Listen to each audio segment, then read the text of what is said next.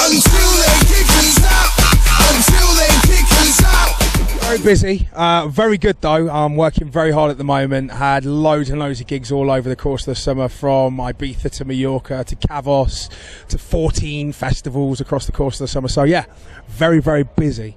Until they kick us out. The launch went really, really well for Speakerbox. Speakerbox, we created it a few years ago, basically to be the brand that would encompass everything that I'm doing outside of the BBC. So this year we've been focusing on taking it a step further. So we've got festival stages where we're at Creamfields coming up towards the end of the summer.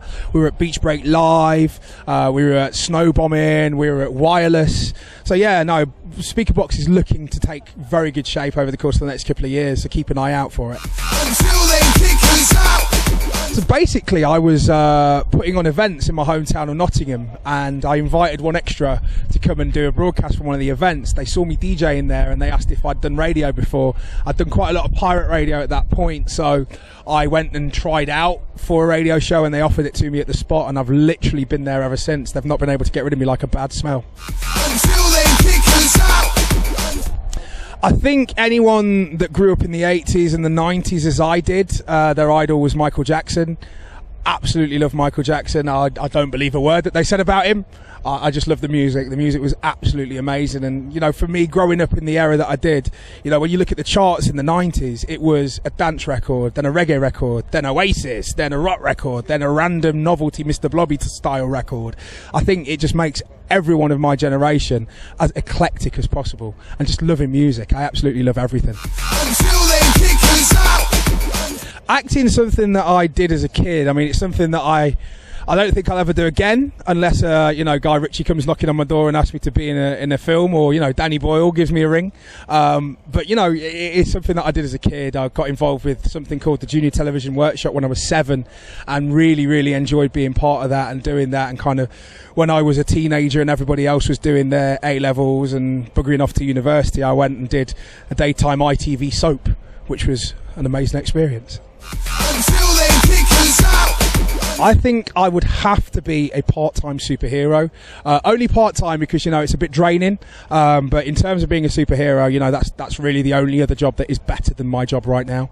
I think my superhero name would be Incredible Man. Just because everything I'd do would be incredible, man. Until they kick us out.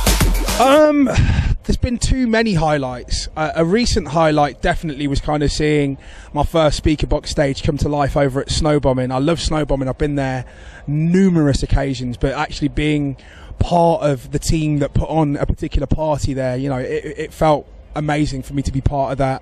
You know, I've done so much in my DJ career, even though I feel like I'm only really just starting, from supporting Jay-Z in front of 15,000 people to supporting Snoop Dogg on an arena tour by his request, to doing mixtapes with Snoop Dogg, to working with Knife Party, to DJing at every bloody festival going. I'm feeling like there's a lot more left for me to do, but there's far too much stuff for me to pick out one highlight. Until they kick us out. I think I know that a Global Gathering crowd is a very musically knowledgeable crowd. So during my set today, I'm going to be testing them. I'm going to be putting them to the test, going back to the old school, seeing if they actually do know these records. Plus, I've got a few very special, very upfront pieces in my record box that I'm not allowed to play on the radio yet, but I will definitely unleash for the Global Gathering crowd. Until they kick us out. My favourite cartoon has to be Pinky and the Brain. The reason being is it gives me all of my ideas as to how I can take over the world. Because they always failed at the last moment. I know exactly how not to fail. And what people don't realise is that I am actually both Pinky and the Brain. And I am taking over the world, one record at a time. Until they kick us out. MistaJam actually comes from Jam Master J, the DJ for Run DMC. When I first started DJing, I was 14 and I didn't have a DJ name. And the youth club where I was at had loads of old records, really kind of old, dusty records. And we found this one record, Run DMC record, where DMC says DJ Jam. So I was learning how to scratch at the time and thought that would be great for me to scratch that into oblivion, called myself DJ Jam for a bit, then found out that Snoop Dogg's DJ in the States was called DJ Jam, so I had to change it. So I became MistaJam, because I don't just DJ. Until they kick us out. I think the ultimate classic goes back to my favourite artist growing up, and that's Michael Jackson. I think if you play Billie Jean anywhere in the world, people will go crazy. That is the ultimate classic. Until they kick us out.